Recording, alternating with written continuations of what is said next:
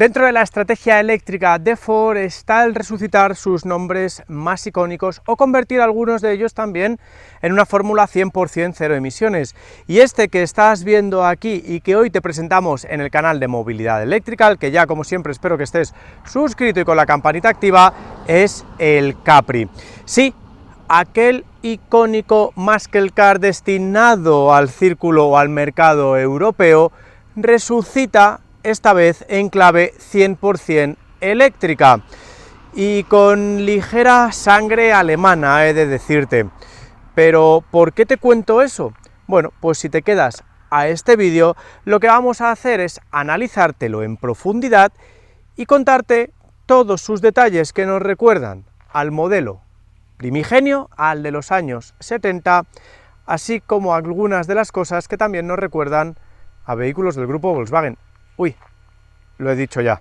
Bueno, probablemente ya lo conozcas, pero lo que vamos a hacer en este vídeo es analizártelo en profundidad y descubrir si ese cambio de nomenclatura, bueno, mejor dicho, ese cambio de sangre interna le viene bien a ese nombre original. Así que ya, sin más, me dejo de enrollar y conocemos en profundidad cómo es este nuevo Ford Capri, que además te lo traemos en su versión más prestacional.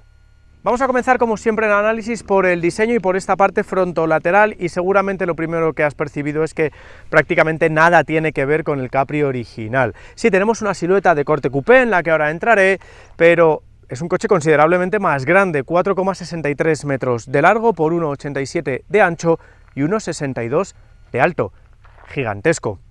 No solo eso, sino que además montamos llantas de hasta 21 pulgadas, donde en el Capri de los años 70 pudiéramos pensar en unas llantas de esas dimensiones. Sin embargo, también tenemos reminiscencias del modelo original, como son estos faros en forma de C, con estas dos líneas en el caso de los grupos ópticos diurnos, y principalmente esta máscara en negro que cruza de piloto a piloto, y que, bueno, pues a mí sí que me recuerda a esa máscara del conjunto original. Estos grupos en forma de C así, sin el patrón, son una reminiscencia de los faros redondeados, bueno, cuadrados más o menos del Capri, y para dar buena cuenta de su nombre, pues aquí en el medio tenemos esta inscripción grabada en el propio paragolpe, en la propia calandra, que pone Capri. También tenemos este color amarillo vivid que trata de recordarnos a ese modelo original. Si nos vamos ya yendo hacia su zona lateral, aquí vemos la diferencia con el Explorer, porque sí, este coche podría denominarse como el Explorer Coupé, pero antes de hacer eso, Ford lo que ha querido es convertirlo en el Capri. Bueno, pues esa línea Coupé se percibe en esta pronunciada caída del techo hacia su parte trasera, que nos da ese aire un poquito más deportivo, y aquí, antes de llegar a ella, volvemos a tener reminiscencias del modelo original, como es esta ventana, este pilar C en forma de C, que sí nos recuerda a esa forma de la luneta trasera del modelo original que es tan característica. Luego, elementos de diseño propios de los vehículos de Ford eléctricos de la nueva generación son los pasos de rueda tipo un poquito más crossover, en este caso pintados en negro para dar mucho más contraste con ese tono vivid amarillo. Y bueno, aquí podríamos echar en falta elementos aerodinámicos como las manetas, que no están enrasadas. Pero si nos vamos a su parte trasera, aquí también vemos reminiscencias del coche original. Bueno, en este caso sería una reproducción de lo que vemos en el frontal en esa parte trasera, con de nuevo esta moldura, eso sí, en forma 3D, con el nombre aquí ya sí, en una capa 3D que conecta a los grupos ópticos traseros, que vuelven a tener ese diseño propio del original. Y aquí, bueno, pues vemos esa pronunciadísima caída del techo que podríamos convertirle en ese Explorer Coupé, con unos paragolpes bastante robustos, lógicamente es un eléctrico desprovisto de tubo de escape, a estas alturas de la vida no hay que decirlo. Y un detalle que sí me ha gustado y ya me sirve de conexión con el interior es la capacidad del maletero.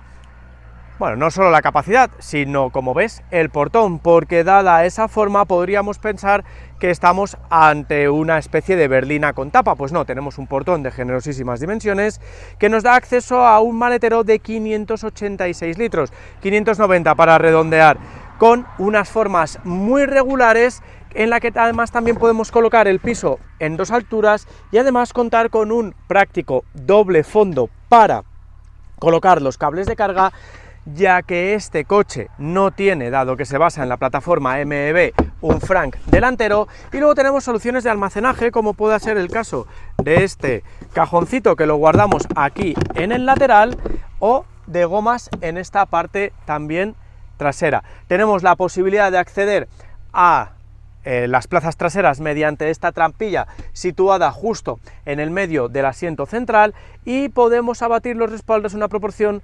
40-60 más allá de ese pequeño compartimento. Puntos a mejorar, y creo que es un mal endémico ya de muchos modelos de Ford: esta cortinilla.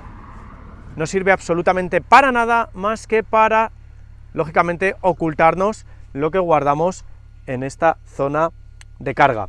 Pero dicho esto, quería que escucharas este sonido. ¿Por qué? Pues porque aunque sea un Volkswagen, Ford mantiene sonidos propios suyos, como es el caso de ese cierre del maletero, que es el sonido característico de todo Ford. Dicho esto, vamos ahora a ver cómo son sus capacidades en la parte trasera, y ya luego vamos a ir a ver el salpicadero, porque quizá es lo menos llamativo si estás muy familiarizado con el Explorer. Bueno, pues ya estamos colocados en su parte trasera, y aquí sí, lógicamente, hay una gran diferencia con respecto al Capri original, porque ese coche además era un coupé de 2 puertas y este es de 5, con un amplísimo espacio en las plazas traseras, tanto para el hueco para las rodillas, con el asiento del conductor colocado para mí, 1,79, como para la cabeza, incluso montando el techo solar, y con esa caída pronunciada del techo que se sitúa justo por detrás de nuestro propio cocoroto. Lo único a mejorar quizás sería la flexión de las rodillas, demasiado flexionadas por la colocación de las baterías, pero al menos nos caben los pies con comodidad. En lo que a anchura se refiere, como suele ser habitual en un coche de estas características, 2 personas van a viajar mejor que 3, aunque si lo tienen que hacer 3, bueno, el del centro no tiene un túnel central que impida colocar las piernas, pero sí cuenta con un respaldo y una butaca bastante estrechas y duras. En el caso del respaldo, pues aparte de tener el típico reposabrazos, ya sabes, esta trampilla de la que te he comentado para acceder al maletero. En lo que a elementos de confort se refiere, tenemos salidas de aire, 2 tomas USB, hueco para colocar pues revistas en las plazas delanteras y las portabotellas en las puertas. Además, la luminosidad es muy buena, pero quizá la visibilidad se reduce hacia adelante por el hecho de tener estos asientos de corte deportivo. Por cierto, lógicamente cambia con respecto al Capri original, ya que tenemos una distancia entre ejes de 2,86 metros, que es gigantesca. Y ahora lo que vamos a hacer es directamente irnos delante, que aquí hay un salto tecnológico, no solo con respecto al Capri original, sino también con respecto a otros coches de la firma del óvalo, a excepción del Explorer. Aquí tiene nada que ver con los Volkswagen, ya veréis. Sentados en el puesto de conducción, aquí, como os decía, sí vemos diferencias con respecto a los modelos del grupo Volkswagen, sus primos hermanos, sobre todo en calidad de construcción y algunos otros elementos que ahora te detallaré, pero también quiero comenzar por las semejanzas con sus primos hermanos gemelos alemanes, como pueda ser, por ejemplo, el cuadro de instrumentos de unas 5 pulgadas, con una información justa, minimalista. A veces para eso podríamos prescindir de ello, pero bueno, es cierto que le añaden esta especie de alerones a los lados, y también elementos en los que yo, si hubiese sido Ford, hubiera dicho aquí voy a poner la nota diferenciadora, como son los elevalunas, ya que mantenemos estos 2 únicos elevalunas con el comando de rear. ¿Eso qué significa? Que cuando quiero bajar la ventanilla delantera le doy, pero cuando quiero bajar la ventanilla trasera tengo que pulsar el rear y ya veis que se abre. No llega a ser un elemento demasiado ergonómico, como os digo, pero bueno, eso son cuestiones de sinergias. Luego ya sí vemos elementos completamente diferenciadores. Bueno, otro que es idéntico, lógicamente, es el selector del cambio, que está situado justo en la columna de la dirección, aquí a la derecha, y eso nos permite liberar todo esto. Aquí esto es diferente, pero los sonidos sí suelen ser más o menos parecidos a los del grupo Volkswagen. Entrando ya en las diferencias, bueno, pues como os comentaba, la calidad de construcción a mí me parece que está un puntito por encima de los modelos del grupo alemán. El volante diferente, octogonal, con, ojo, aquí reminiscencias del pasado, como es esta moldura con estos 2 agujeros, y el tercero opaco, que bueno, pues nos retrotrae al Capri MK1 original de los años 70, y a mí es un detalle que me gusta mucho y también lo diferencia en comparación con el Explorer. Luego tenemos la barra de sonido firmada por Bang & Olufsen en la parte superior, que bueno, pues la verdad es que da una calidad de sonido muy buena y sobre todo una presencia, pues lógicamente mucho más premium. Tenemos también una repartición de elementos o de huecos portaobjetos muy elevada, porque tenemos un profundísimo hueco central en el medio con hasta 17 litros, de hecho nos cabe un portátil.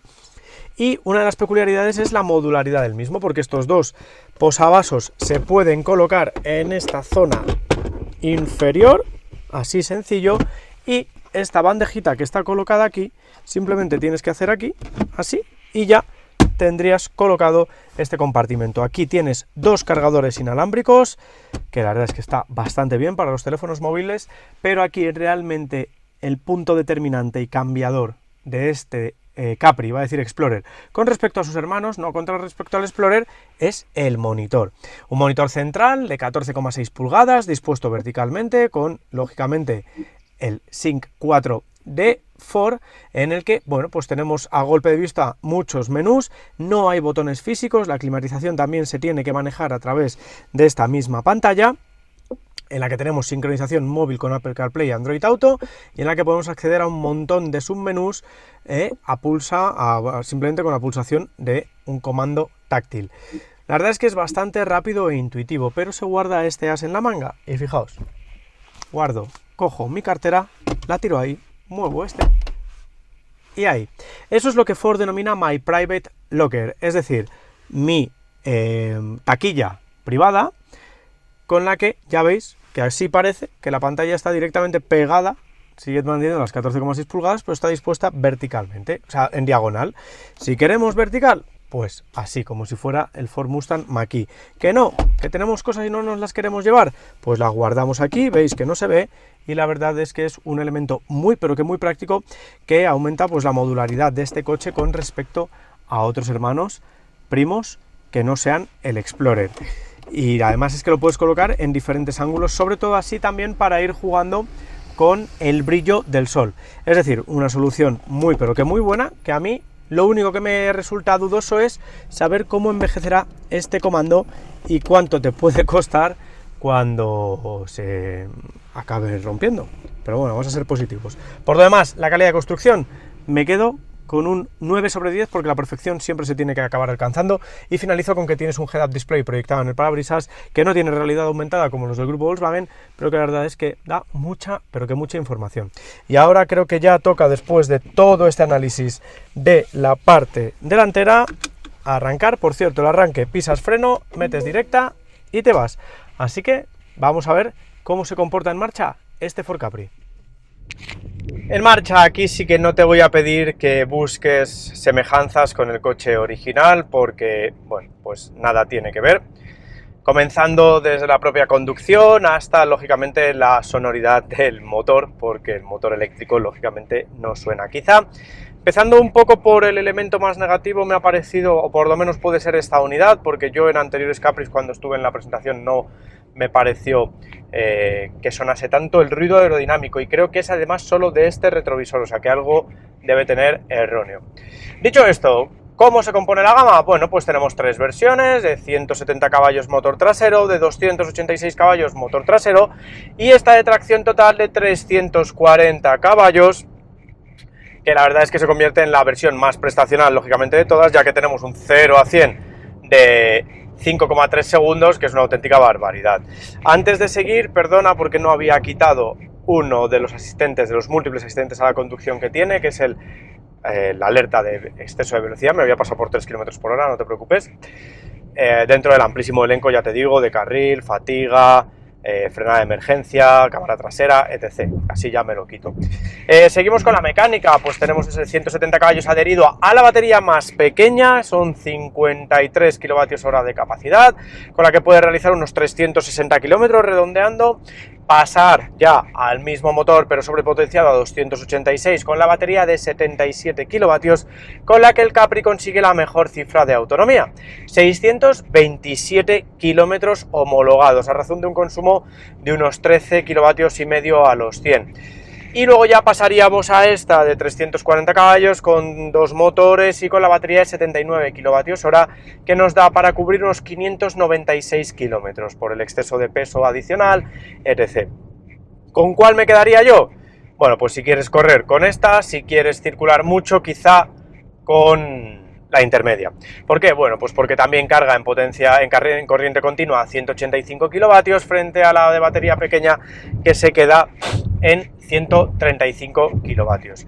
En cualquiera de los dos casos vas a pasar del 10 al 80% en unos 26-27 minutos y bueno, pues la verdad es que para realizar un viaje está muy, pero que muy bien, aunque nosotros en esta prueba no hemos pasado o no hemos bajado, mejor dicho, de los 17 kilovatios hora a los 100, 16,5, eso va a repercutir que vas a poder realizar con una carga pues unos 470-480 kilómetros, no está mal, pero claro, no son los 625. Por cierto, en comparación con el Explorer, gracias a esa diferencia de silueta, sobre todo principalmente a eso, ganamos 25 kilómetros, que no está mal.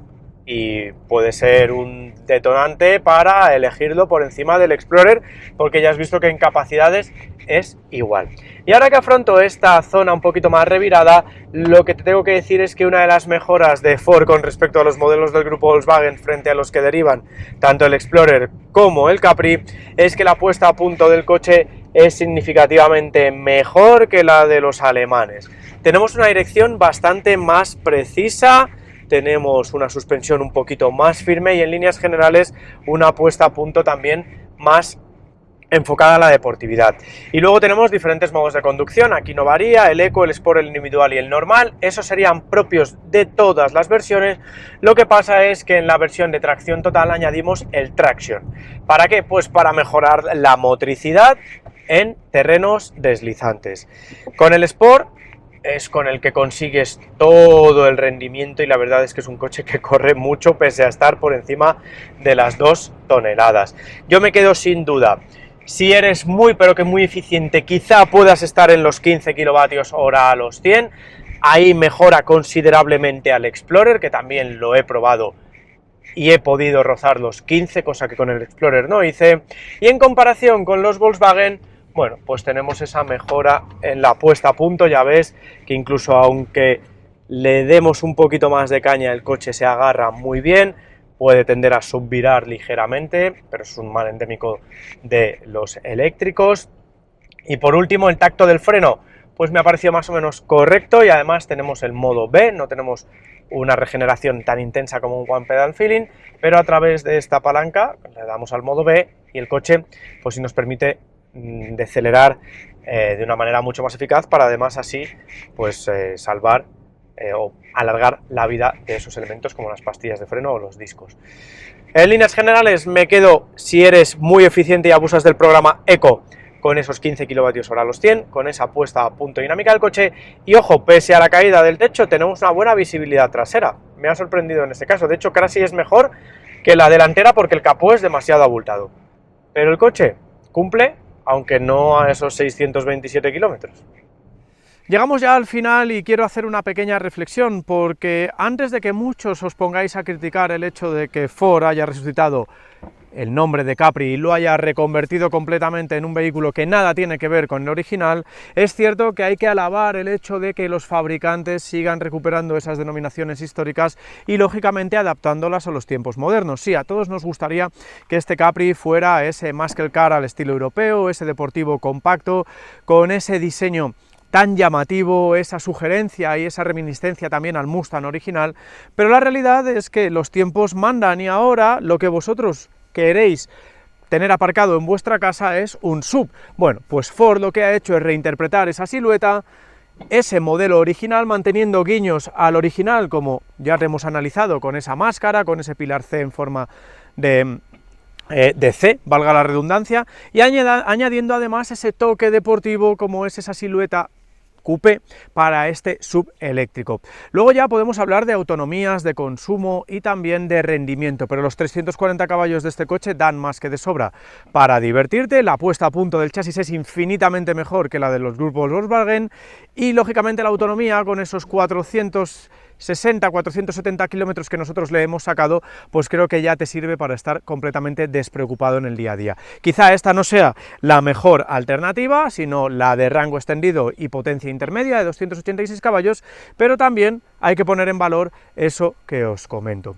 Y ya para finalizar, sí quiero hablaros del precio, en el que aquí no voy a poner ninguna coma a vuestras quejas, porque lógicamente este Capri nada tiene que ver con ese MK1.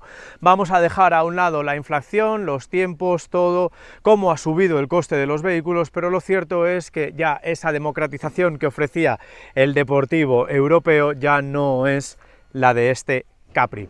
¿Por qué? Bueno, pues porque arranca en los 40.000 euros con descuentos comerciales para la versión, ojo, de acceso con batería pequeña. En el caso de que quieras optar por la de 340 caballos, ya te vas a los 48.000 euros. Lógicamente, si quieres optar por la que nosotros nos compraríamos, que sería la intermedia, estarás en unos 44.000 euros.